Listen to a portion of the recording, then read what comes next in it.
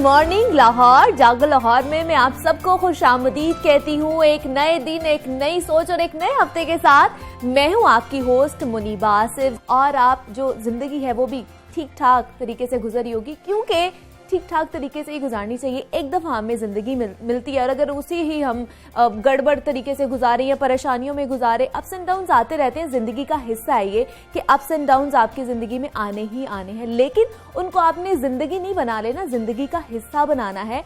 और ups and downs अगर नहीं आएंगे ना तो ज़िंदगी का मज़ा नहीं आएगा, हमें पता नहीं चलेगा हम कहाँ वेरी कर रहे हैं। तो ये चीज़ें आनी चाहिए, लेकिन इसको अच्छे तरीके से, अच्छे अंदाज में गुजारना चाहिए, क्योंकि जनाब एक ही ज़िंदगी है हमें और उसने ही हमने गुजारना है और आगे बढ़ना है। तो आज हमने इसलिए अपने दो गेस्ट बुलवाई हुई हैं जो हमें बताएंगे कि मेकअप ट्रेंड क्या चल रहा है, क्या हमें करना चाहिए। और स्किन के हवाले से भी बहुत ज़्यादा हमारी क्वेरीज आ रही थी कि हमें बताएं, तो हमने इसलिए आज मेकअप एक्सपर्ट्स हैं, ब्यूटिशियन एक्सपर्ट्स हैं जिनको हमने बुला लिया है और उनसे बहुत ज़्यादा अच्छे हम क्वेश्चंस करने वाले हैं। जी, हमारे साथ सारिया कमर हैं और उनके साथ साथ आयशा रोय हैं। और मैं इन दोनों का खुशामदीद कहती हूँ आपको।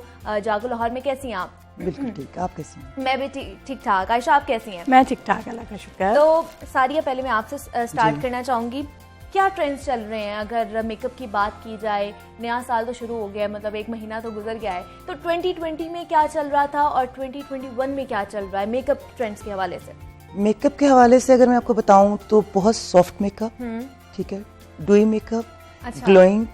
लोग अब ज्यादा मेकअप नहीं चाहते, लोग चाहते हैं कि आप बहुत सॉफ्ट में जाएं, बहुत खूबसूरत, बहुत लाइट। केकी बेस नहीं चाहते हैं, बेस बहुत लाइट हो, बहुत ग्लोइंग हो, ग्लोइंग मेकअप पसंद करते हैं। तो मेरा जो मेकअप का एक स्टाइल है वो यही है कि मैं तो बहुत लाइट मेकअप में चाहती हूँ, बहुत ग्लोइंग मेकअप को पसंद करती हूँ। और मैं लोगों को उनके फेस के मुताबिक उनको मैं रेडी करती हूँ कि जैसा उनका फेस है, उनका फेस पे क्या सूट करेगा। बाज़ लोग होते हैं वो लाइनर लगाना पसंद नहीं करते, बाज़ लोग होते हैं आई शेडो लाइट चाहते हैं, बाज़ लाउड चाहते हैं। लेकिन मुझे जो मेरी टेक्निक है, मैं थोड़ी सी डिफरेंट टेक्निक लेके चलती हूँ। तो मैं पहले अच्छे से क्लेंजिंग फेस पे करके और फिर मेकअप अप्लाई करती हूँ। और मैं बहुत मॉइस्चराइज्ड स्किन को करके फिर मेकअप अप्लाई करती हूँ, ताकि मेकअप आपका फेस केकी ना लगे, बहुत मेकअप ना लगे फेस पे। आपने बहुत मेकअप किया हुआ है, बहुत नेचुरल, ब्यूटीफुल, बहुत कंटूर, अच्छे से स्किन जो है ना आपकी मॉइस्चराइज्ड हो, ग्लोइंग लगे। कितने साल हो गए साने आपको ये करते हुए? यार मेरा तो बचपन से ही क्रेज था। अच्छा। मतलब मुझे मेकअप का मेरा पैशन है मेकअप। तो मुझे अभी इस फील्ड में आए तो 3 से 4 इयर्स हुए हैं, लेकिन सोच लें कि मतलब बहुत छोटी थी मैं, तब से ही मैं मेकअप स्टार्ट कर लिया आपने कि... और मैं बहुत ट्यूटोरियल्स और ये चीजें बहुत देखे। मैं तो मुझे होता है कि मैं कुछ डिफरेंट करूं, कुछ नया करूं और कुछ नए तरीके से लोगों को, मतलब मुझे बिल्कुल ये पसंद नहीं कि आप कोई पेंट कर दें फेस पे। मुझे लगता है बहुत ट्रेंडी, बड़ा सॉफ्ट, मतलब मेकअप लगे भी ना और मेकअप हुआ भी हो, और आपकी जो फीचर्स हैं वो इनहैंस हो, आपके कंटूर हो आपकी स्किन। और मतलब मेरा ये है कि मैं बिल्कुल डिफरेंट करना चाहती हूँ। आयशा, मुझे आप बताइए, आप देखते हैं कि बहुत ज़्यादा लाइट मेकअप की तरफ हम चले गए हैं, ग्लोइंग मेकअप हो, बड़ा एलिगेंट लगे। पहले हम देखते थे लाउड आईज होती थी, होंठ भी आपके, लिपस्टिक भी लाउड चल रही है। तो अब किस तरफ जा रहे हैं? अगर हमारी डार्क आईज हैं तो हमें लिपस्टिक किस तरह की लगानी चाहिए, क्या करना चाहिए हमें? तो इसमें यह है कि डिफरेंट चीज़ें हैं अकॉर्डिंग टू जोड़ा और अकॉर्डिंग टू ज्वेलरी। हमारी कोशिश होती है कि जब सारियाज़ ब्यूटी लाउंज पे क्लाइंट हमसे बुकिंग लेती है तो मुझे एक दफ़ा ज़रूर कहते हैं हम विजिट करें, ठीक है। उसके बाद हमारी बड़ी अच्छी गपशप चलती है और उससे हमसे डिस्कस करते हैं पहले। उसमें ये होता है कि क्लाइंट का भी माइंड प्रिपेयर हो जाता है, हमें पता भी चल जाता है कि व्हाट शी वांट्स। तो अमूमन ये कि अगर आपकी आंखें आप लाउड कर रहे हो तो लिप्स डेफिनेटली आपकी काम होते हैं, सॉफ्ट में आप चले जाते हैं। और क्लाइंट पे 100% डिपेंड करता है कि वो क्या चाहती हैं। लेकिन सम टाइम ये होता है कि एट द कुछ स्पॉट मोमेंट हमें लगता है कि नहीं यार ये ज्यादा अच्छा लग सकता है, तो हम उसमें उसको चेंज भी ले आते हैं। कितना वो कन्विंसिंग जो होती है, क्लाइंट्स को कन्विंस करना बहुत मुश्किल है मेरे ख्याल से। क्लाइंट एक तो तस्वीर लेकर आ जाता है, हमें इस जैसा बनना है, उसको कन्विंस करना कितना मुश्किल है कि ये चीज आप पे सूट नहीं करेगी, हम ये चाह रहे हैं। असल में क्लाइंट जब आता है ना पिक्चर लेके, तो वो तो बिल्कुल ये नहीं देखता कि वो कपड़ा, ज्वेलरी, फेस वैसा है ही नहीं, बस ये बना दें। अब वो सम टाइम ये बना दें तो बहुत मुश्किल हो जाता है, क्योंकि वो उस तरह से वो अच्छा नहीं लग सकता। तो हम ये कोशिश करते हैं कि जो हमारी जो मीटिंग होती है उसमें हम एक डिस्कशन जरूर कर लेते हैं, ठीक है। और अमूमन क्लाइंट कन्विंस हो जाता है और एक हम ट्रायल जरूर देते हैं, उसमें उसको अंदाजा भी हो जाता है कि यार ये वाला ज्यादा अच्छा लग रहा है। अच्छा, तो वो फिर उसके बाद एट द एंड हमारी आपस में म्यूचुअल अंडरस्टैंडिंग के साथ हम वो मेकअप कर देते हैं जो एक्चुअली उसको सूट कर रहा हो। क्योंकि क्लाइंट्स को अवेयरनेस हम लोगों से शायद ज्यादा होती है, अच्छा, क्लाइंट को अवेयरनेस होती है। क्लाइंट, अब जो लोग हैं ना, लोग उसका हमसे ज्यादा best day भी जानते होता हैं। है। हम किसी को वो नहीं कर सकते कि यार नहीं आप, वो हमसे ज्यादा बेहतर हमें बताते हैं कि नहीं अब क्या ट्रेंड है, हमें ये चाहिए, हमें सॉफ्ट में चाहिए। लोग, मेरे पास जितने भी क्लाइंट्स आते हैं ना, मोस्ट प्रोबेबली लोग ये चाहते हैं कि आपका मेकअप बहुत कम हो, क्योंकि ज्वेलरी बहुत ज्यादा हैवी होती है, आपके जोड़े बहुत हैवी होते हैं, तो उसके साथ फिर मेकअप जितना लाइट होगा और जितना अच्छी आपकी बेस और आपकी सेटल्ड बेस होगी, आप उतना ही आप अच्छे लगोगे, आपके जोड़े के मुताबिक लगेंगे। नाइट और डे मेकअप भी है कुछ इसमें, क्या नाइट टू differentiate डे कह मेकअप सकते हैं? बिल्कुल होता है। हम लोग डे में, मेरी कोशिश होती है कि मैं सिर्फ कंसील करूँ स्किन को। ठीक है, मैं फाउंडेशन डे में मुझे होता है कि अगर क्लाइंट को डे मेकअप करवाना चाह रहे हैं तो मैं सिर्फ कंसील से ही उसको करेक्टर्स, ऑरेंज करेक्टर से उसके जो है डार्क सर्कल्स उसके ठीक है, रिमूव लेस करूं बेस हो और लेस बेस हो, और उसमें उसका हेयर डू अच्छा हो जाए। ठीक है, ठीक है, उसमें लैश लाइट लग जाए, बहुत लाइट न्यूड कलर लग जाए, मतलब glowing सा लगे, ग्लोइंग, यस ग्लोइंग लगे, ग्लोइंग डे मेकअप लाइट में चाहते जाना हैं। होता है, उसमें इतना लाउड मेकअप जी, या जी, डार्क जी, जी। मेकअप अच्छा लगता भी और नहीं है। मुझे लगता है कि लोगों का बहुत सेंस आ गया। बहुत, बहुत। हर बच्चे को पता है, हर लड़की को पता है, हाँ, जो आई होती है उसने exactly। इतनी सर्च की होती है एक्चुअली मेकअप्स पे कि उसको पता होता है कि this is best for me. और अब प्रोडक्ट का नॉलेज बहुत है लोगों को, हर चीज का पता है कि ये बेस मुझे सूट करी, ये नहीं करी। और जो हमारे सैलून की सबसे अच्छी बात है वो ये कि हमारा तमाम मेकअप इम्पोर्टेड है। ठीक है। हम कोई लोकल, अक्सर ये जो पहले एक ट्रेंड होता था कि बहुत केकी जो बेस चल जाती थी, Crayons, अब वो क्लाइंट चाहता ही नहीं। अब बहुत सॉफ्ट, बहुत सेटल मेकअप की तरफ चला गया। बिल्कुल ऐसे ही है। सारी मुझे बताएं, लाइनर्स कैसे चल रहे हैं आजकल? अच्छा, पहले लाइनर्स जो चल रहे थे, पहले विंग लाइनर्स भी, हाँ। विंग लाइनर लगाते थे लोग, थोड़ा लंबी लाइन खींच लेनी है। अभी जो लाइनर है ना, अभी जो ट्रेंड में है, आप अगर ब्राइट को करते हैं तो आप बिल्कुल लाइनर कॉर्नर पे लाके ब्लेंड कर देते हैं। ठीक है, ठीक है। हाँ। और मतलब लाइनर का भी इतना ट्रेंड उस तरह नहीं है जैसे पहले था। हाँ। अभी लाइनर को आप कॉर्नर पे खत्म कर देते हैं और काजल के साथ आप नीचे ब्लेंडिंग कर देते हैं आईज के अच्छा। नीचे, तो वो बहुत अच्छा लगता है। अगर आप वन कलर में जाएं, न्यूड कलर में जाएं, उस पर आप शिमर रख लें आंखों पे और लाइनर को बिल्कुल अपने कॉर्नर्स के साथ, मतलब कॉर्नर्स में आपने ब्लेंड कर देना और बिल्कुल आपने एजेस पे लगाना। और छोटी आंखों वालों को कहते हैं कि आपको काजल नहीं लगाना चाहिए। छोटी आंख में काजल बहुत अच्छा लगता अच्छा, है, अच्छा लगता है। अगर छोटी आंख को आप इनहैंस हो जाती है हाँ। थोड़ी सी। ब्लेंडिंग मेकअप छोटी आंख पे बहुत अच्छा अच्छा। लगता है। जैसे आप स्मोकी में चले जाएं, आप आईज को नीचे से काजल के साथ कवर कर लें, फिर उसको नीचे वाली आप लिट से ब्लेंड करें और नीचे से ब्लेंड करें अच्छे से, तो बहुत अच्छा, बहुत अच्छी आंखें व्हाइट लगती है, काफी पेंसिल बड़ी भी तो लगती लगती है है। आंख में। हाँ, वाइट हाँ। पेंसिल, लेकिन वो अगेन वो सूट करने की बात है। सूट बाज करने लोगों की को बात बहुत सूट करती है, हाँ। बाज को नहीं अच्छी लगती। नहीं लगती, ठीक है। तो मुझे बताइए, हेयर्स की अगर बात कर ली जाए तो उसमें क्या ट्रेंड चल रहा है? स्ट्रीक्स चल रही हैं, ब्लॉन्ड चल रहे हैं, किस तरह के कलर्स में जा रहे हैं लोग? अब ब्लॉन्ड आर ऑलवेज, अच्छा, मुझे अब लगता है। और वन कलर बहुत अरसे बाद दोबारा से फैशन है, लोग दोबारा वन कलर में भी जा रहे हैं, थोड़ी One सटल color लोग ज्यादा आ जाती है।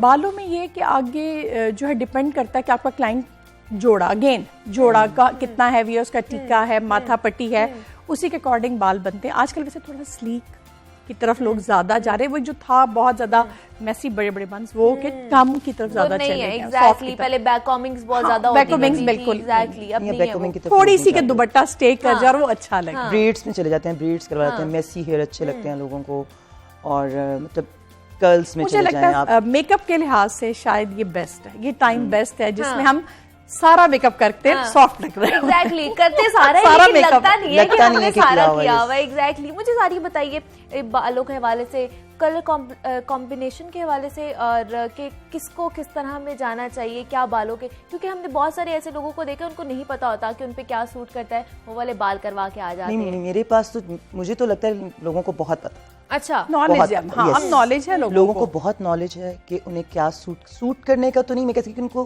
क्या ट्रेंड है, ट्रेंड का क्योंकि awareness हाँ, है। अब ब्लॉन्ड में मेरा नहीं ख्याल कि लोग ज्यादा ब्लॉन्ड में जाना पसंद करते हैं। वन कलर में लोग जाते हैं, बालियाज करवा रहे हैं, ओम्ब्रो करवा रहे हैं, लोग केराटिन की तरफ जा रहे हैं, और वन कलर को ज्यादा पसंद करते हैं ताकि दिन के टाइम में वो लाउड ना लगे, आपकी जो लुक है ना वो सॉफ्ट लगे। बेबी लाइट्स पे चले गए, हाईलाइट्स पे कम जा रहे हैं, बहुत ही मर्ज हुआ हुआ बाल चल रहा है इस वक्त। आपका वैसे अपना बालों का कलर शेड बहुत बहुत अच्छा लग रहा है। मुझे बताइए आयशा, अब जैसे वेडिंग सीजन चल रहा है तो इसमें ब्राइड्स की अगर बात की जाए तो उनको पहले कौन कौन सी सर्विसेज ले लेनी चाहिए? सबसे इम्पोर्टेंट चीज है स्किन। अच्छा, ठीक है, डेफिनेटली बाल तो है ही, लेकिन बालों का फिर भी हो जाता है जी, बैक कमिंग हो गई, हाँ। स्लाइड सी छुप गया। स्किन सबसे, जब तक आपकी स्किन टोटली हाइड्रेट नहीं होगी, ठीक है, और उस तक आपका मेकअप बेस उस तरह से अच्छी नहीं बैठेगी। उसका सबसे अच्छा तरीका है आपका खाना, food, plenty of water, juices, आजकल तो ऑरेंज है तो बहुत ही आसान हो गया, ठीक है। और उसके बाद हमारे पास जो क्लाइंट होती है, बेस्ट फेशियल्स है hydra facials.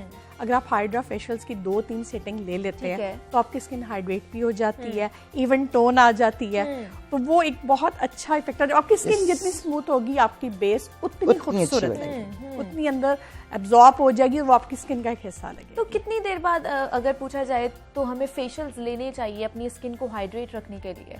It depends again. अच्छा, अगर तो स्किन की वाकई बहुत बुरी हालत है तो मैं हमेशा कहती हूँ कि 18 to 20 डेज का आप गैप ले लें। अगर आपकी स्किन अच्छी है देन 1 मंथ में एक दफा काफी है आपका, कि आप एक दफा, लेकिन रूटीन होनी चाहिए। आपकी क्लिनजिंग, आपका टोनर, आपके सीरम्स, ये डेली आपका हिस्सा होने चाहिए। आपने डेली इसको करना है। तो बेसिकली 2 महीने तो एक दुल्हन को फुल एफर्ट करनी पड़ती है। शादी से पहले 2 महीने उसको लगातार अपनी स्किन का ख्याल रखना चाहिए। किस तरह आपको रूटीन किस तरह करनी चाहिए सारिया, कि अगर आपने सुबह उठना है तो आप इस तरह अपनी स्किन को लेकर चले? रात को सोने से पहले क्या होना चाहिए? रात को सोने से पहले क्लिनजिंग मस्ट है। ठीक है, क्लिनजिंग तो इतनी जरूरी है कि अगर आप एक तो मेकअप अपना रिमूव करना चाहिए और क्लिनजिंग करके उसके बाद कोई भी आप अच्छी सी नाइट क्रीम यूज करें और आप सो जाएं।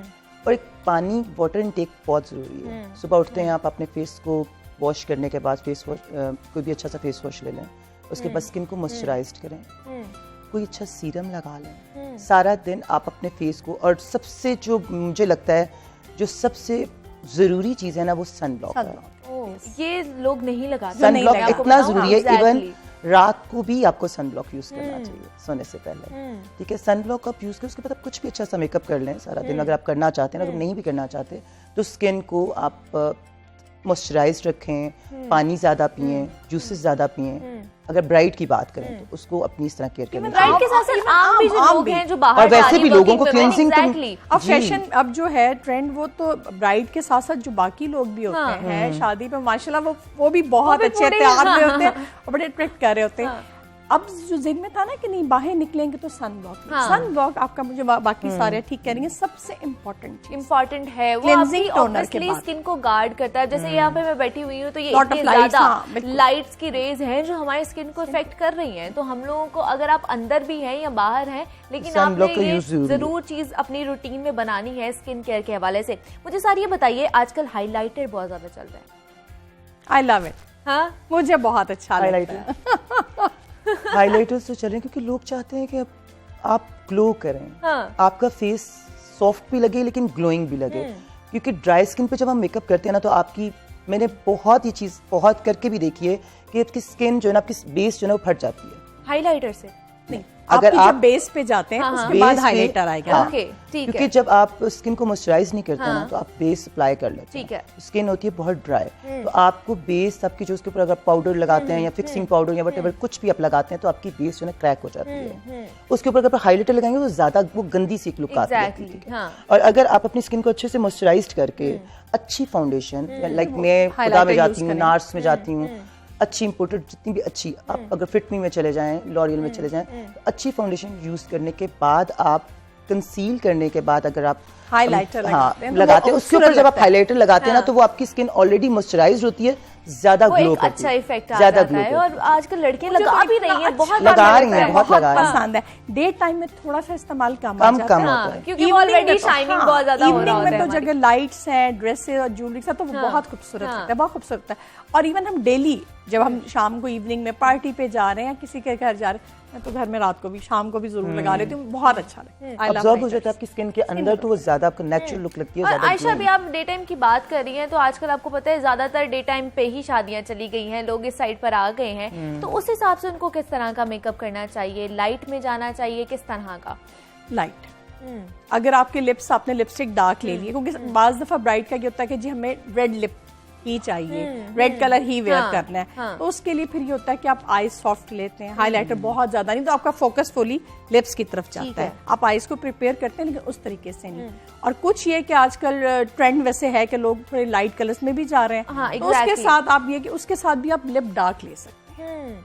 अगर आप लाइट कलर लहंगे का चूज कर रहे हैं, आईज आप सॉफ्ट की तरफ ले जाएंगे, और अगर आईज आप अमूमन दोपहर को लोग ड्रामेटिक नहीं बनाते। एग्जैक्टली क्योंकि एक तो लाइट बहुत ज्यादा होती है और ऊपर से आप हैवी मेकअप करके बैठ जाओगे तो आप अजीब भी लगोगे, वो ट्रेंड भी नहीं चल रहा। तो सारिया आपके पास भी बहुत सारे ऐसे क्लाइंट्स आते होंगे जो कहते होंगे नहीं मैंने यही बन के जाना है जो मैं लेकर आई हूँ तस्वीर, तो उनको किस तरह कन्विंस करती हैं आप? अगर आप, क्योंकि आप बेहतर तरीके से जानती हैं कि उसके फेस के हिसाब से इस पे क्या सूट करता है। देखिए हमें ना, हम लोग सुनते हैं, हाँ, क्लाइंट की सुननी पड़ती ठीक है कि क्लाइंट को हम डिनाई नहीं कर सकते, लेकिन जब हम मेकअप कर रहे होते हैं तो फिर वो हमारी मर्जी से होता है, ठीक है। जब क्योंकि हमारा मकसद ये होता है कि हमने क्लाइंट को सेटिस्फाइड करना है, क्लाइंट ये बहुत जरूरी है, खुश जाए, हाँ, उसको कोई प्रॉब्लम ना। और जब मैं तो अपनी फुल एफर्ट, मुझे होता है कि बस मेकअप ऐसा हो जाए कि बस वो चेंज हो जाए। हाँ, इवन मेरा इतना पैशन है कि मुझे लगता है कि सब मेरे इर्द गिर्द, मेरा स्टाफ, मेरे साथ मेरी मैनेजर और भी जितने लोग मेरे पास, मेरे फ्रेंड सर्कल, मुझे लगता है कि सबको खूबसूरत लगना चाहिए। एग्जैक्टली, सबको हक प्यार है, लगना ये राइट है खास तौर actually। पर एक खातून का तो हक है कि वो है, खूबसूरत लगे। एग्जैक्टली, तो फिर मैं अपना पूरा मुझे सब कुछ भूल जाता है, मेरा बिल्कुल फोकस अपने मेकअप पे होता है। और अल्हम्दुलिल्लाह अभी तक जितने भी लोग मेरे पास आए हैं मेकअप के लिए, सब लोग सेटिस्फाइड गए हैं, सब लोग खुश गए हैं।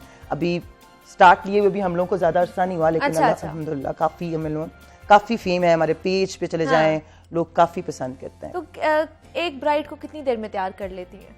मैं काफी टाइम लगाती हूँ। More than 2 hours। 2 hours लगते हैं, और मोर देन 2 hours। ये तो तैयार होने में लगते हैं ना, पहले नहीं, ब्राइड को complete, कितनी देर आती है?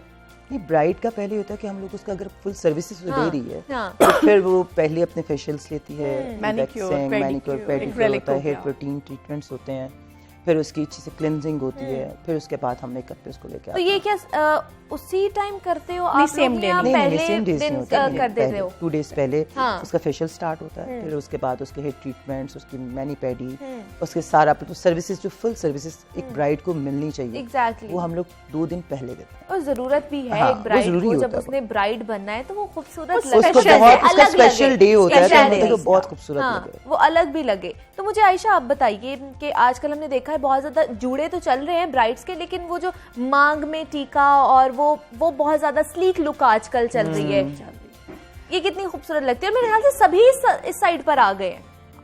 अगर फेस आपका छोटा है, आप स्किनी है, तो वो बहुत अच्छा लगता है। अगर ब्राइड्स थोड़ी सी हैवी है, फेस बड़ा है, तो उसमें बहुत स्लीक जो है ना, वो इतना अच्छा लगता है। वो आप हल्का सा जब आप रोलर्स वगैरह लगा के थोड़े से बालों में बाउंस देके करते हैं तो वो ज्यादा खूबसूरत लगता है। और अब तो ट्रेंड में वो जूड़े के अलावा वो अब आज के लिए कि आपने ब्लो ड्रायर के साथ रोलर साइड टोंग लगा के आगे से ओपन हेयर भी आए हुए जो ब्राइड्स कर रही है, और अच्छा बहुत अच्छा कैरी कर रही है। तो बेसिकली कैरी करने पे भी डिपेंड करता है, कैरी करने पे डिपेंड करता है, बिल्कुल ऐसे ही है। अभी हाँ आप बता रही थी हाइड्रा फेशियल्स के हवाले से, हमें उस हवाले से भी थोड़ा अपडेट कीजिए, क्योंकि बहुत सारे लोग अब इस साइड पे जा रहे हैं।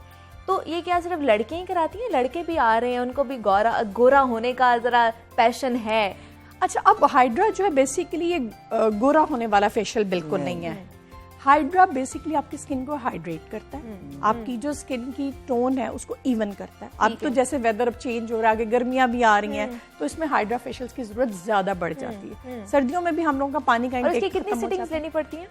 यार ये मुझे पर्सनली मुझे लगता है कि बेस्ट फेशियल है। अच्छा, हाँ, और आपको मंथ में एक दफा मस्त कराना चाहिए। और जो खास तौर पर उन लोगों को जो डेली मेकअप यूज करते हैं, डेली मेकअप यूज करते हैं, अब तो खैर मेरा ख्याल है, मुझे लगता है कि मेल में भी ये ट्रेंड बहुत है, बहुत ज्यादा, फेशियल्स, क्लींजिंग, वो भी पेडिक्योर, हर जगह खूबसूरत होने का हक जो है वो हमने मर्दों को भी उतना ही दे दिया। एग्जैक्टली।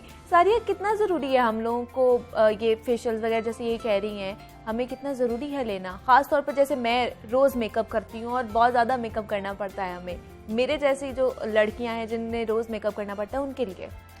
यार मुझे भी रोज मेकअप करना पड़ता है, ठीक है। जिनका मेकअप का यूजेज ज्यादा होता है ना, उनको मंथ में एक दफा जरूर हाइड्रा लेना चाहिए, ठीक है, क्योंकि हाइड्रा में हम लोग क्रीम्स नहीं लगाते हैं, इम्प्यूल्स होते हैं, सीरम्स होते हैं जो आपके फेस पे हम लोग पेनिट्रेट करते हैं टूल्स के साथ, और आपकी स्किन को एकदम हाइड्रा से तो एकदम आपको इतनी ग्लोइंग और इतनी अच्छी आपकी स्किन हो जाती है कि आपको जरूरत नहीं पड़ती कि 1 महीने तक 1 मंथ तक आप कुछ और फेशियल्स लें या फेशियल्स के तक आप जाएं। ब्लैक हेड्स रिमूव हो जाते हैं, आपके वाइट हेड्स रिमूव हो जाते हैं, आपकी स्किन टाइट हो जाती है और ग्लोइंग हो जाती है। और बाज़ लोग मैंने देखा है कि मैंने काफ़ी लोगों से सुना भी, जब मैंने अपना सैलून स्टार्ट किया था, कि हाइड्रा में वो हाथों से एप्लीकेशन करते हैं, क्रीम्स के साथ करते हैं और टूल्स को कम अप्लाई, लेकिन मेरे पास जो हाइड्रा जो मैं करवा रही हूँ वो प्रॉपर टूल्स हैं, सीरम्स हैं, ग्लोइंग सीरम्स हैं, मास्क है ये कि जो नॉर्मल फेशियल है, हाइड्रा फेशियल है, उसमें एक डिफरेंस है कि इसमें टूल्स यूज होते हैं, और अगर इसमें भी आप हाथ यूज कर रहे हो तो फायदा क्या है? एग्जैक्टली कुछ भी इफेक्ट नहीं आएगा। बहुत शुक्रिया सारिया आपका कि आप यहाँ पर आई, और आयशा आपका भी कि आपने आके हमें इतनी अच्छी अच्छी टिप्स दी हैं, और आपने भी घर बैठ के बहुत अच्छी अच्छी टिप्स ली होंगी सारिया और आयशा से। यहाँ वक्त हुआ एक ब्रेक का, मिलते हैं इस ब्रेक के बाद।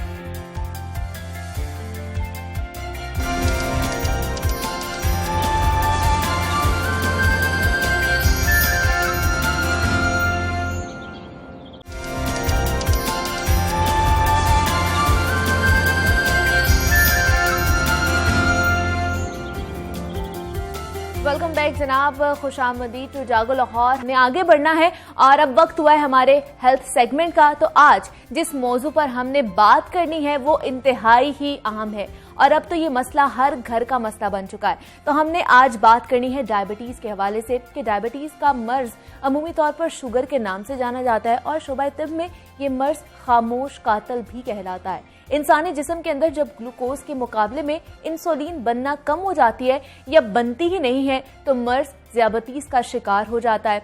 नेशनल ज़ियाबतीस सर्विस ऑफ पाकिस्तान के मुताबिक इस वक्त पाकिस्तान में तकरीबन 4 करोड़ से ज्यादा मरीज डायबिटीज का शिकार हैं, जिसमें से 25% को या तो पता ही नहीं है कि वो इस मरज में मुब्तला है, या फिर मुनासिब इलाज की तरफ संजीदगी से तवज्जो ना देने के सबब उनको गुर्दों, आंखों और दिल की बीमारियां भी लाहक हो जाती हैं। एक खतरनाक पहलू इस सर्वे में सामने आया है, वो है प्री डायबिटीज मरीजों का, जिनकी शरह तकरीबन 15% है।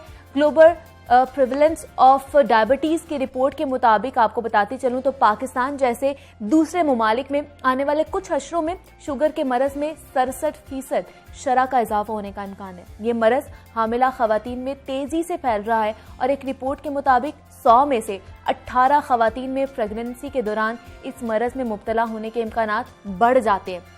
डायबिटीज की वजूहात क्या हैं, इस बीमारी की अलामात क्या है और इससे कैसे बचा जा सकता है, इस पर बात करनी है। हमारे साथ मौजूद हैं डॉक्टर उनीबा सैयद हैं, हार्मोन्स एंड डायबिटीज स्पेशलिस्ट हैं। डॉक्टर उनीबा, मैं आपको खुशामदीद कहती हूँ जागो लाहौर में। कैसी हैं आप? अल्हम्दुलिल्लाह, आप कैसी हैं? मैं भी ठीक ठाक। उनीबा, हमने आज बात करनी है प्रेगनेंसी में शुगर होती है या नहीं होती, अगर होती है तो कितनी खतरनाक है वो खवातीन के लिए?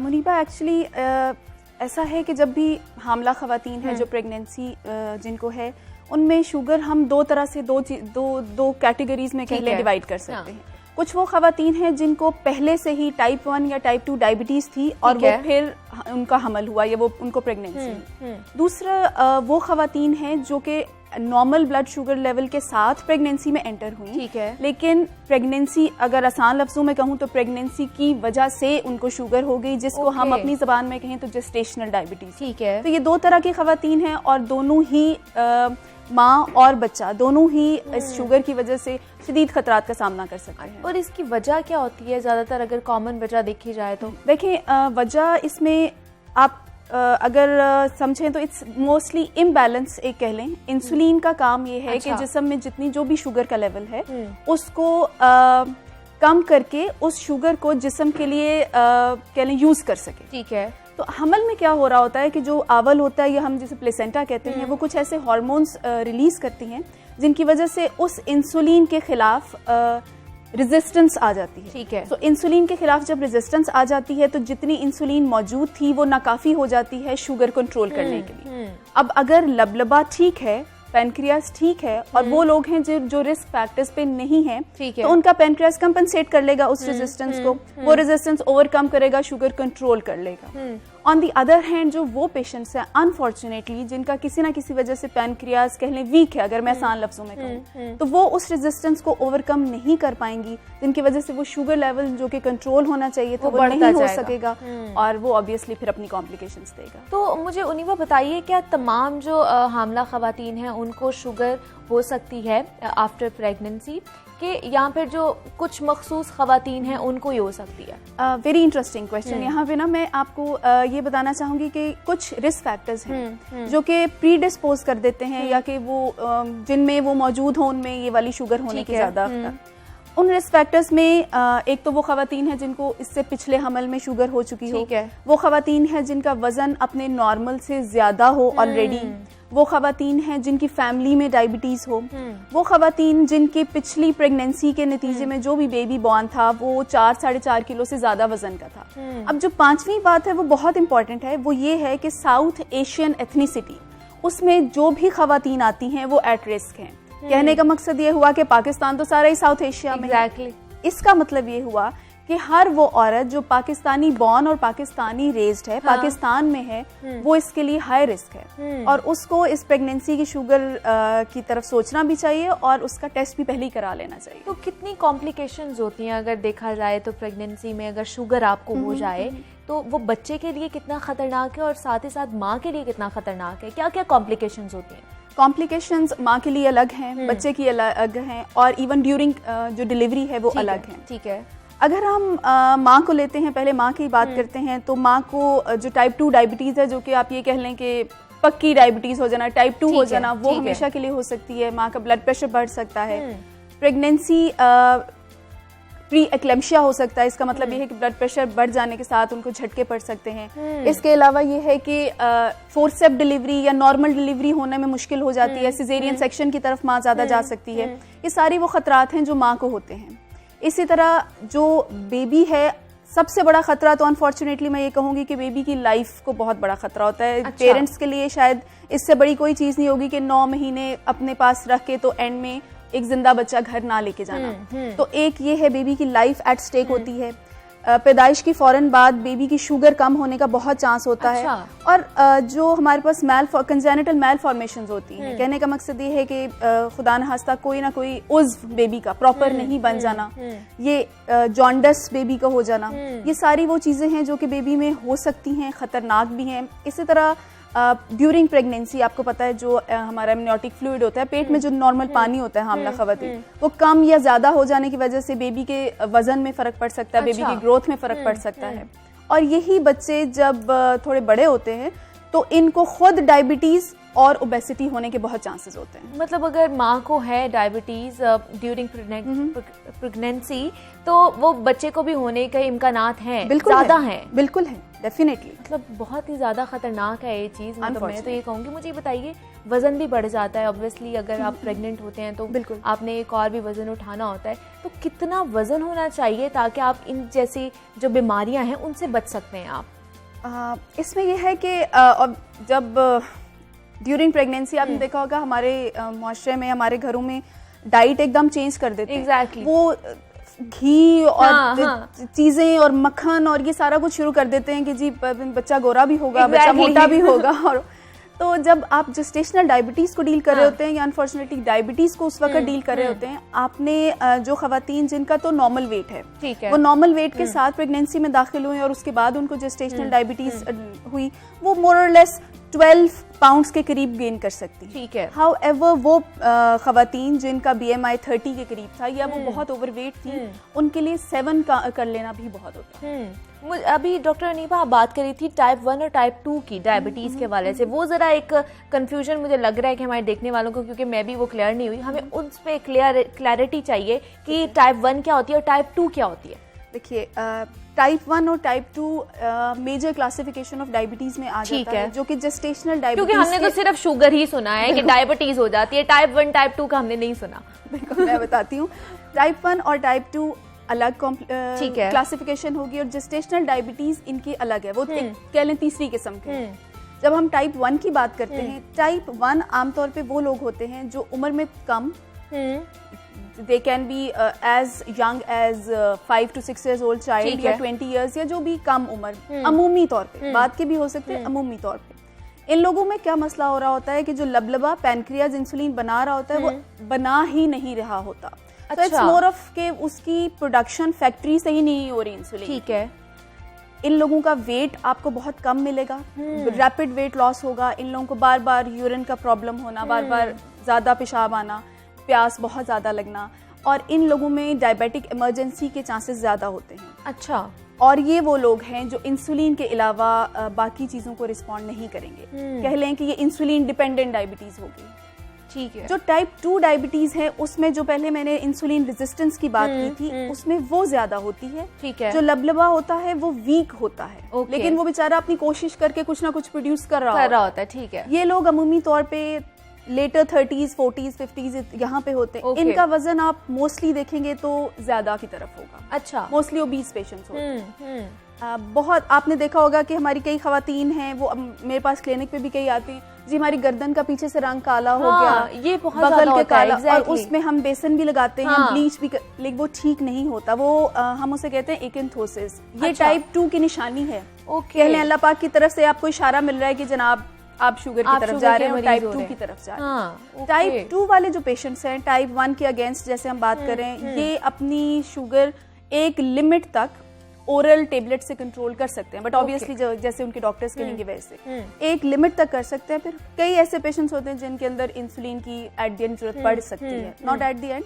ये एक मिसकंसेप्शन, लेकिन जरूरत पड़ सकती है। तो मुझे बताइए किस तरह एहतियात की जा सकती है, किस तरह शुगर से हम बच सकते हैं, खासतौर पर हामला खवातीन की अगर बात की जाए तो वो क्या एहतियात करें, लाइफस्टाइल कैसा अपनाएं कि वो इस मरज से बच सके?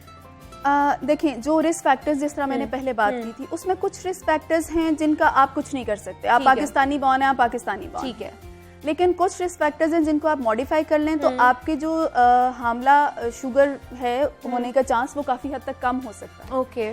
उसमें मेजर चीज़ ये है कि आप अपना वेट कंट्रोल रखें। आपको पता, एंड इंटरेस्टिंग बात यह है कि अगर दुनिया के लिए जो BMI जिसको नॉर्मल कंसीडर किया जाता है, जैसे 24.5 या 25, पाकिस्तान या उसके साथ वाले हमारे जो कंट्रीज हैं उनके लिए दैट इज 23.5। ओके। तो हमें उस नॉर्मल लेवल से भी अपना वेट कम रखना चाहिए। वेट कैसे कम रखना है, मैं 2 बातों का बहुत जरूरी समझती हूँ कह देना। वॉक को अपनी जिंदगी का हिस्सा बनाएं, एक्सरसाइज को अपनी जिंदगी का हिस्सा बनाएं। एक बहुत मिसकंसेप्शन मैंने ये देखा है कि खवातीन आएंगी और वो कहेंगी जी मैं सारा दिन घर का काम करती हूँ, मैं बर्तन भी धोती हूँ, मैं कपड़े भी धोती हूँ, बट ये एक्सरसाइज में काउंट नहीं होता। मैं उनको ये कहती हूँ कि आपका जिस्म आगे से आपसे पूछता होगा आपने नया क्या किया जो मैं वेट कम करूँ। एग्जैक्टली। तो अपने लिए अलग 30 मिनट्स 40 मिनट्स निकालें, वॉक करें। प्रोसेस्ड जो हमारे पास कार्बोहाइड्रेट्स हैं, जैसे कि मैदा है, नान हम बड़े शौक से खाते हैं, चावल हम बहुत खास तौर पर जो ये वाला ड्यूरेशन होता है इसमें तो ज्यादा खाना शुरू हो जाती हैं खवातीन, डबल खाना शुरू हो जाती हैं कि शायद हम सेहतमंद हो रहे हैं, लेकिन एग्जैक्टली, लेकिन मोटापा भी तो आ रहा होता है जिसकी वजह से ज्यादा बीमारियां आपको लग सकती हैं। बिल्कुल ऐसे। इसी तरह घी जो सैचुरेटेड फैट्स हैं अवॉइड करें, जिस हद तक अवॉइड कर सकते हैं। फ्रूट्स लें, वेजिटेबल्स लें। आटा अगर आप गंदम वाला इस्तेमाल करें बहुत अच्छी बात है, लेकिन वो इस्तेमाल करें जो मोटा पिसा हुआ हो, जिसमें से छान ना निकला हुआ हो। छना हुआ आटा इस्तेमाल ना कीजिए। बाकी दूध दही का इस्तेमाल तो आप रख सकते हैं। तो मुझे बताइए, बहुत सारे ऐसे केसेस भी आपके पास आते होंगे जब उनको पता चलता होगा कि वो इस ड्यूरेशन में के हामला हुई हैं और वो उनको शुगर का मरज भी लाहक हो गया है, उनको शुगर हो गया है, तो फितरी है हमारी एक कि हम लोग डिप्रेशन में चले जाते हैं, हम लोग एंजाइटी का शिकार हो जाते हैं। तो उसका इलाज क्या है, किस तरह उनको देखना चाहिए? टेंशन नहीं लेनी चाहिए कि ठीक है इसका भी इलाज है, हम ठीक हो सकते हैं। बिल्कुल, डेफिनेटली। जो हमल में शुगर है या जेस्टेशनल डायबिटीज़ है, पहली बात तो आपने जो कही है ना, टेंशन नहीं लेनी चाहिए, बहुत अच्छी बात है, बिकॉज जब भी आप स्ट्रेस लेंगे आपकी डायबिटीज का जो ब्लड शुगर लेवल है वो इंक्रीज होगा। दूसरी बात यह है कि जो हमल में जो शुगर है उसकी अच्छी बात यह है कि जब हमारे पेशेंट की डिलीवरी हो जाती है तो वो खतरा ऑलमोस्ट बेसलाइन को टच कर जाता है। ये अलग बात है कि उनको अपनी ब्लड शुगर लेवल के ऊपर नजर रखनी पड़ती है। ये जेस्टेशनल की बात कर रही हूँ जो उनको बाद में हुई है। नजर रखनी पड़ती है कि अगले 5 साल में उनको खतरा जरूर होता है कि शुगर ना हो जाए, लेकिन अगर वो अपनी लाइफस्टाइल मेंटेन रखेंगी तो उनको शुगर नहीं होगी। अच्छा, तो ये एक अच्छी बात है। मोस्ट ऑफ द टाइम जो मेडिसिन जो कि मोस्टली इंसुलिन होती है या अगर कुछ लोगों को ओरल हो मेटफॉर्मिन, तो वो आफ्टर डिलीवरी स्लोली उतार ली जाती है, तो मदर को जरूरत नहीं रहती। तो उस सिर्फ क्या कह लें कि आपने वो जो दूसरी सेकंड ट्राइमेस्टर के एंड से लेके डिलीवरी तक आपने बहुत ख्याल रखना होता है। उसके बाद इंशाल्लाह अगर आप मेंटेन रखें तो नौबत ही नहीं आती कि आप मतलब बाद में नहीं हो सकती। जी बिल्कुल, लेकिन थोड़ा सा हाई रिस्क जरूर ठीक होता है, है, नजर ठीक है। रखनी है, लेकिन ये नहीं है कि आप मेडिसिन के ऊपर बस लग गए। एग्जैक्टली वही ना, एहतियात ही है हर चीज का कि आप पहले एहतियात कर लें तो बाद में बड़ी कोई बीमारी होने से बच सकते हैं। डॉक्टर अनीबा सैयद हमारे साथ मौजूद थी, मैं आपका बहुत ज्यादा शुक्रिया अदा करती हूँ कि आप यहाँ पर आई हैं। तो जनाब और भी बहुत सारी बातें हैं, बहुत अच्छे गेस्ट हैं जिनसे मैंने आपको मिलवाना है, आपने कहीं नहीं जाना, हमारे साथ रहना है। मिलते हैं छोटे से ब्रेक के बाद।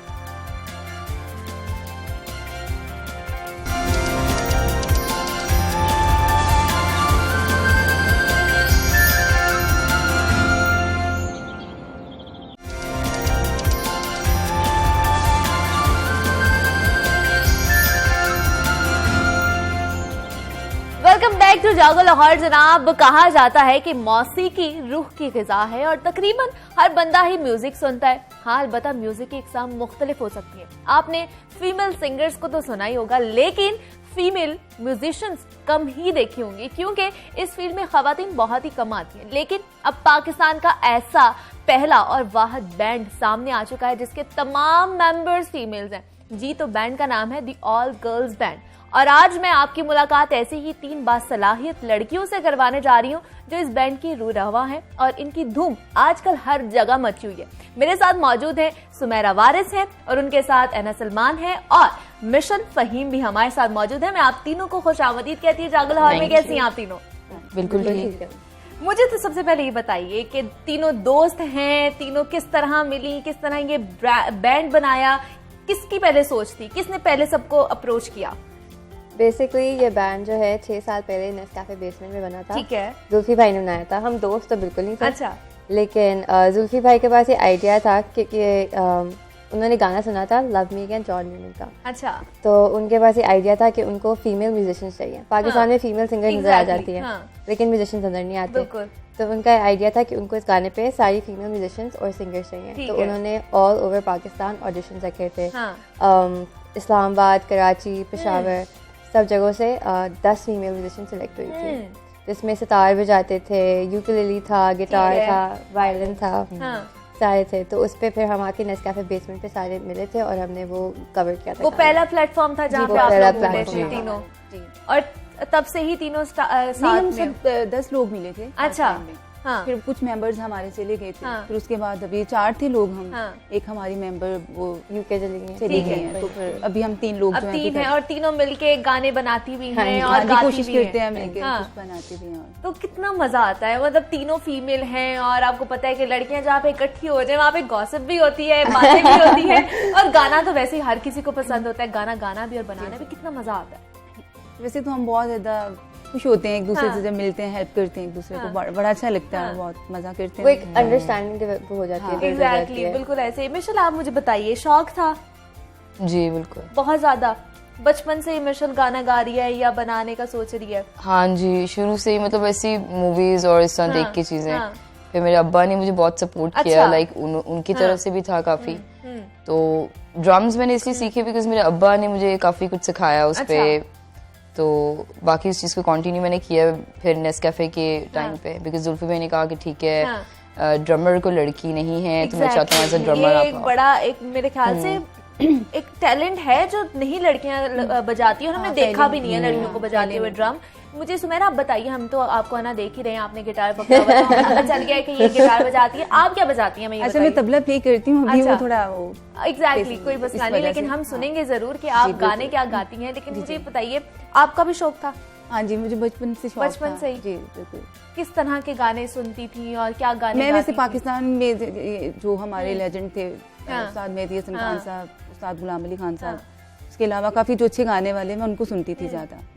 तो फिर वहाँ से शौक, मेरे फादर भी गाते थे। अच्छा। तो फिर उधर से चला, वहाँ से एक आ भी गया, डीएनए भी एक एक चीज आ गई कि अच्छा गाना गाना है। मुझे ना आप बताएं, आपका शौक था बचपन से गाने का? हाँ, बचपन से शौक था, लेकिन ये नहीं था कि कभी करियर बनेगा उसमें। अच्छा। तो मैंने जब शुरू किया था, मैं 13 साल की थी, तब मैं गाने लिखना शुरू हो गई थी और बनाने शुरू हो गई थी। तो साउंड क्लाउड था तब, अभी भी है, अभी भी तो है। मैं उस पे गाने लगाती थी अपलोड करके, गंदे गंदे से अपने फोन पे कवर्स रिकॉर्ड करके वॉइस रिकॉर्डिंग पे मैं लगा देती थी। लेकिन लोगों के फिर अच्छे कमेंट्स आना शुरू हो गए। उसके बाद मैंने नेस्कैफे बेसमेंट देखा था। अच्छा। उसके ऑडिशन चल रहे थे, तो फिर मैंने उस पे ऑडिशन किया था और फिर मैं उसमें सिलेक्ट हुई थी। तो जनाब, मैं तो बहुत ज्यादा एनर्जेटिक हूँ। मुझे सुमेरा बताइए कि कौन से जॉनर्स आपको पसंद है, कौन सी जॉनरा में आप लोग गाना गाते हो, कोई फेवरेट है या हर मैदान में चक्के मार लेती हैं आप लोग? अच्छा, गाती तो है ना बस। अच्छा, बेसिकली हम मैं तबला प्ले करती हूँ, मैं तो बस तबला करती नहीं हूँ। तो जॉनरा भी तो कोई होगा ना, हम कौन सी जॉनरा? पॉप म्यूजिक पॉप करते में। हैं, पॉप में अच्छा, और बाकी में कभी ट्राई नहीं किया?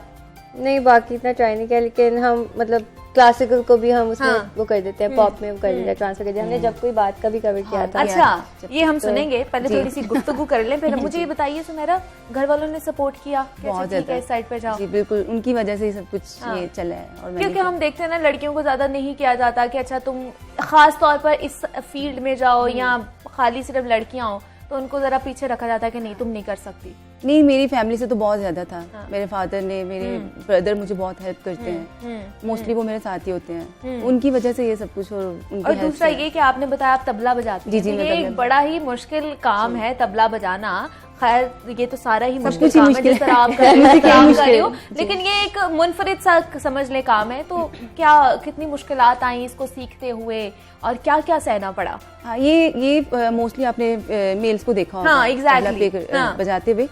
तो लड़की तो नहीं थी, क्योंकि मैंने खुद ही से इसको किया है। अच्छा। मेरे टीचर थे, उनकी हेल्प से किया, मेरे फादर ने मुझे हेल्प किया। तो मुश्किलात तो बहुत आती हैं, क्योंकि इतना हार्ड वर्क है बिल्कुल, और बहुत बहुत ज्यादा ये मुश्किल है बहुत।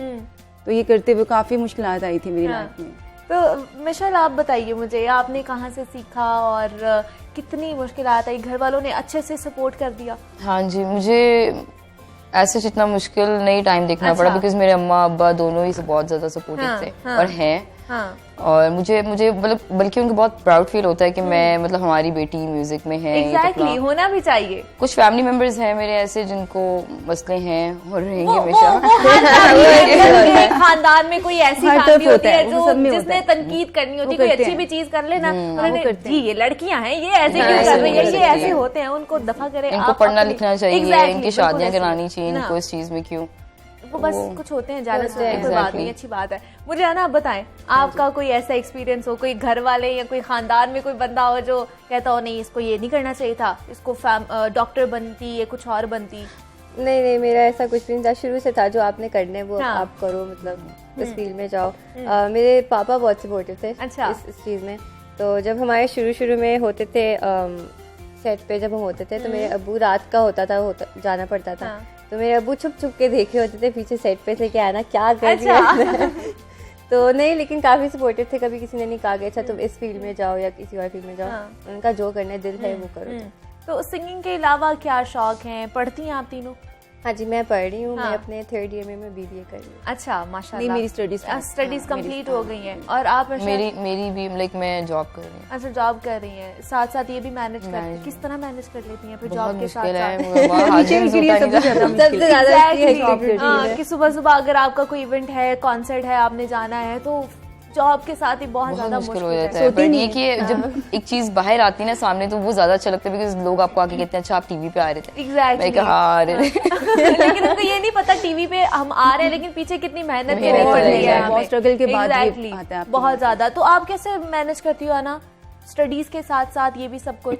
मतलब टाइम आपका होता है, टाइम मैनेजमेंट करनी Time होती है। हो मेरा तो जाता है। अभी स्टूडेंट हूँ तो बस पढ़ाई हो जाती है हाँ, उसके बाद। हाँ। लेकिन इतना वो उसमें मुश्किल नहीं होती। मेरे ख्याल से जॉब ज्यादा बहुत ज्यादा बहुत मुश्किल है। ज्यादा होता एग्जैक्टली। सो मेरा आप मुझे बताइए कि मतलब जब इकट्ठे बैठे होते हो, कोई एक गाना है ना, आप ही लिखते हो गाना? हाँ जी, हाँ जी। तो जब लिखना होता है या किसी कोई आइडिया आना होता है, तो लड़ाइयाँ भी होती होंगी। आप कहते होगे नहीं ये करना है ना, कहती होगी ये करना है, मिशेल कहती होगी ये करना है। कभी ऐसा जो कुछ बात ठीक करता है ना, जो बात ठीक करता है उसको मान लेते हैं हम हाँ। सारे कि नहीं वो ठीक कह रहे हैं। वरना मिडिल ग्राउंड होता है, उस पे आके हम मतलब सब मिल लेते क्योंकि हैं। एक दूसरे की सुन लेते हैं हम कि अच्छा ये आइडिया अच्छा है, चलो ये कर लेते हैं। तो आज कभी आज तक लड़ाई नहीं हुई? मतलब बहस तो हो ही जाती है ना, वो चाहे दोस्त हो, वो घर में हो, तो वो एक हो जाती है नहीं यार मैंने यही करना है, तुम दोनों जो मर्जी कर लो। वैसे अभी तक ऐसा हुआ नहीं है अच्छा। कि हमने किया हो कि नहीं मैंने ये करना है आप जो, क्योंकि अगर रहना मुझे बताती है कि अच्छा तबले का ये पार्ट आप इस तरह से कर लें। अच्छा। मेरा इसमें इस तरह ना, मिशेल मुझे बता देती हैं। हाँ, कभी मैं आइडिया दे देती हूँ कि ये सॉन्ग में ये इस तरह है, इसकी इस तरह tune। कर सकते तो हैं। फिर मान लेते हैं हम एक दूसरे की। ये बड़ी अच्छी बात है, एक दूसरे को समझना और साथ लेकर चलना, ये ज्यादा इम्पोर्टेंट बात। इतना टैलेंट हमारे पाकिस्तान में मौजूद है कि हम नहीं जानते, और जब इस तरह के नौजवान नस्ल जो बाहर आते हैं और अपना टैलेंट हमें दिखाते हैं, तो लिटरली एक प्राउड मोमेंट होता है हमारे लिए, फख्र महसूस होता है कि हमारे पाकिस्तान में कितना टैलेंट है, हम किसी से कम नहीं है। मुझे बताइए है ना, जब आप लोग गाना बनाते हो, आप तीनों से ही सवाल है, तो कितना टाइम लगता है एक गाने को प्रोड्यूस करने के लिए या उसको बनाने के लिए? जब रिकॉर्डिंग होती है तो उसमें 3 दिन तक लग जाते हैं। अच्छा। उसके बाद फिर आगे प्रोड्यूसर को टाइम लेना होता है उसको मिक्स और मास्टर करने के लिए। तो मुझे बताइए सुमेरा, कोरोना की वजह से कुछ चेंजेस आई, कुछ हुआ कि लोग कॉन्सर्ट ना कराते हों या इसमें बहुत ज्यादा डाउनफॉल तो आया था, अब शोज नहीं हो रहे तो घर में बैठना पड़ा था, बहुत टाइम बैठे हुए थे। 6 महीने तो हम घर बिल्कुल में मिले भी नहीं, घर में बनते। हाँ, तो फिर किस तरह करते थे कांटेक्ट, किस तरह आप, और फिर कुछ नहीं गाया आप लोगों ने, कोई गाना नहीं बनाया, कुछ नहीं किया? नहीं, वो सब कर तो रहे थे, लेकिन पहले हमने किए हुए थे, लेकिन फिर जो रह गए थे स्टूडियो में फंसे हुए थे तो हम मिल नहीं सकते थे, किसी प्रोड्यूसर के पास नहीं जा सकते, कोरोना का डर था। शुरू में तो बहुत ज्यादा था, अब आहिस्ता आहिस्ता लोग अब सेट हो रहे हैं, लेकिन हम घर में ही बंद रहे थे और फिर हम एक दूसरे से बस बात करते रहते, हाल चाल पूछते रहते थे कि किसी को कोई जरूरत तो नहीं है किसी चीज की। मतलब ऑनलाइन आप हम ये गिटार बजा रही हैं ना, और आप वहाँ पे ऑनलाइन शोज काफी हुए थे, इंस्टाग्राम पे लोगों ने किया था, लाइव जाते थे, उस पे हम करते होते थे, लेकिन उसके अलावा वैसे शोज नहीं होते थे। ठीक है जनाब, यहाँ पर हमारा वक्त खत्म होने को है और जाते जाते हम जरूर इनसे एक और गाना सुनेंगे। मुझे आपने इजाजत देनी है, अपना बेहद ख्याल रखना है, मुझे अपनी दुआओं में याद रखना है, हमें हम सबको, और एसओपीज का खास तौर पर ख्याल रखना है। आपने कोरोना के हवाले से बाहर जाइए, लेकिन एसओपीज का ख्याल रखिए।